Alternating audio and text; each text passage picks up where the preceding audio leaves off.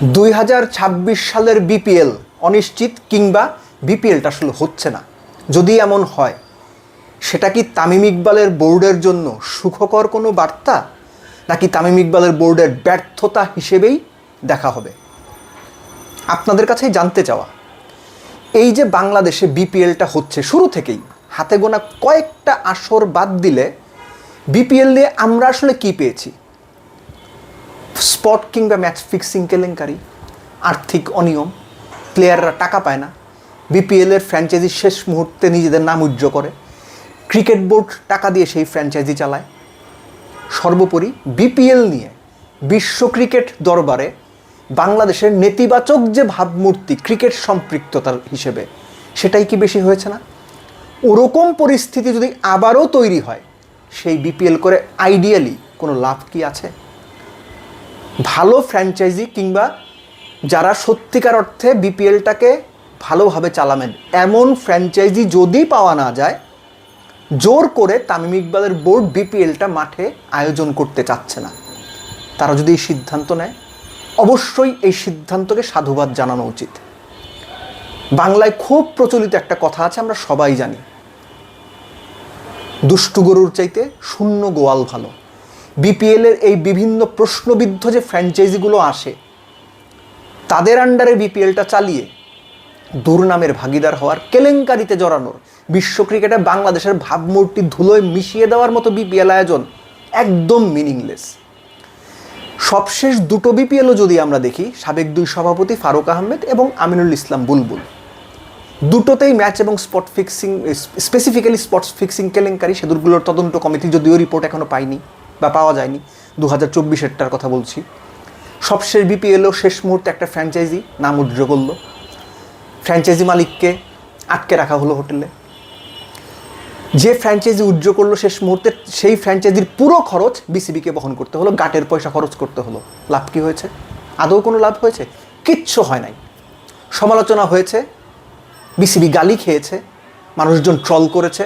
বিশ্ব ক্রিকেটে বিপিএলটা সবচেয়ে দুর্নীতিগ্রস্ত কিংবা অনিয়মের মধ্যে দিয়ে যাওয়া একটা ফ্র্যাঞ্চাইজি টুর্নামেন্ট হিসেবে সবার কাছে পরিচিতি পেয়ে গেছে। এত নেতিবাচক ভাবমূর্তি নিয়ে একটা টুর্নামেন্ট আয়োজন করা কোনো মানে হয় না, কোনোই মানে হয় না। এজন্যই বলছি যে বিসিবি যদি সিদ্ধান্ত নেয় ভালো ফ্র্যাঞ্চাইজি পাওয়া যাচ্ছে না, তাহলে বিপিএল না চালানোটাই সবচাইতে ভালো এবং যৌক্তিক সিদ্ধান্ত। এর পাশাপাশি শুধুমাত্র ফ্র্যাঞ্চাইজিকে দাঁড়িয়ে দিয়েও কিন্তু লাভ নেই। অবশ্যই ফ্র্যাঞ্চাইজিগুলোর দায় আছে, কিন্তু ফ্র্যাঞ্চাইজিগুলো কারা সিলেক্ট করেন? ক্রিকেট বোর্ড সিলেক্ট করে। এবং এই যে ক্রিকেট বোর্ডের যারা ফ্র্যাঞ্চাইজিগুলো সিলেক্ট করেন, কোন বিবেচনাতে সিলেক্ট করেন, সেগুলোর দায় তো তাদের নিতে হবে।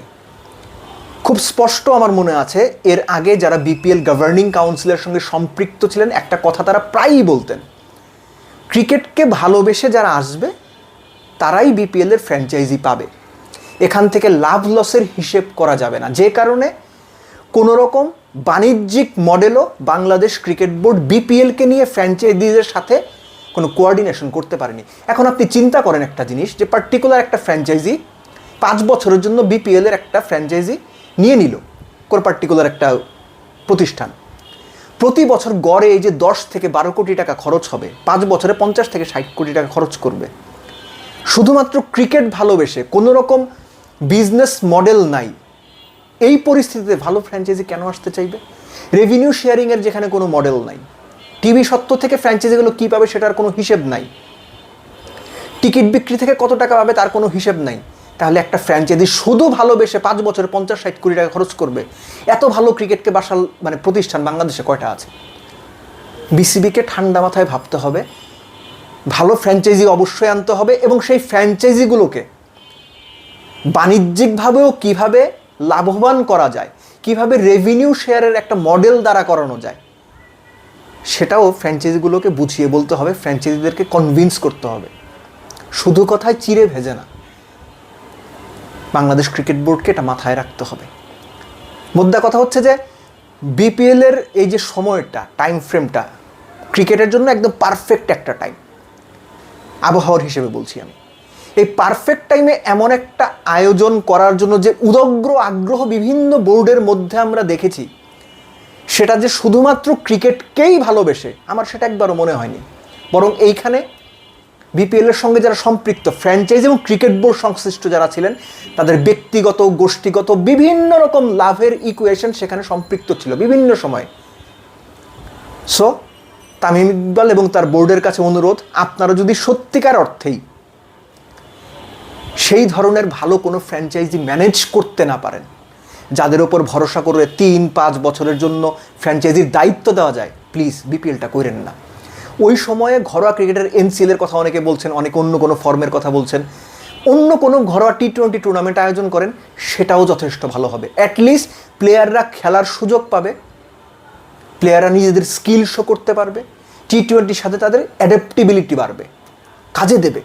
কিন্তু শুধুমাত্র নামকাও আসতে কনসার্ট করে, আতশবাজি ফুটিয়ে, বেলুন উড়িয়ে নামকাও আসতে এই ধরনের প্রশ্নবিদ্ধ বিপিএল করা, যেখানে ফ্র্যাঞ্চাইজির উদ্দেশ্যই থাকবে অসৎ, যেখানে বিসিবির ভেতরের অনেকের উদ্দেশ্যই থাকবে সেখান থেকে লাভবান হওয়া, এই ধরনের পরিস্থিতিতে বিপিএল না করাটাই বুদ্ধিমানের কাজ। তাতে অ্যাটলিস্ট সুনাম না কুড়ালেও তামিম ইকবালের বোর্ড দুর্নাম কুড়াবে না। এই কারণে বিপিএলটা যদি না হয়, আমার মনে হয় সবারই সেটা মেনে নেওয়া উচিত এবং সাপোর্ট করা উচিত। কেননা ওই যে সেই পুরনো কথা, যে দুষ্টু গরুর চাইতে শূন্য গোয়াল যেমন ভালো, ঠিক একইভাবে প্রশ্নবিদ্ধ, সমালোচিত, ফিক্সিংয়ে পরিপূর্ণ, টাকা পয়সার লেনদেন নিয়ে সমস্যায় জর্জরিত বিপিএল করার চাইতে ভাই বিপিএল না করাই সবচেয়ে ভালো সিদ্ধান্ত হবে।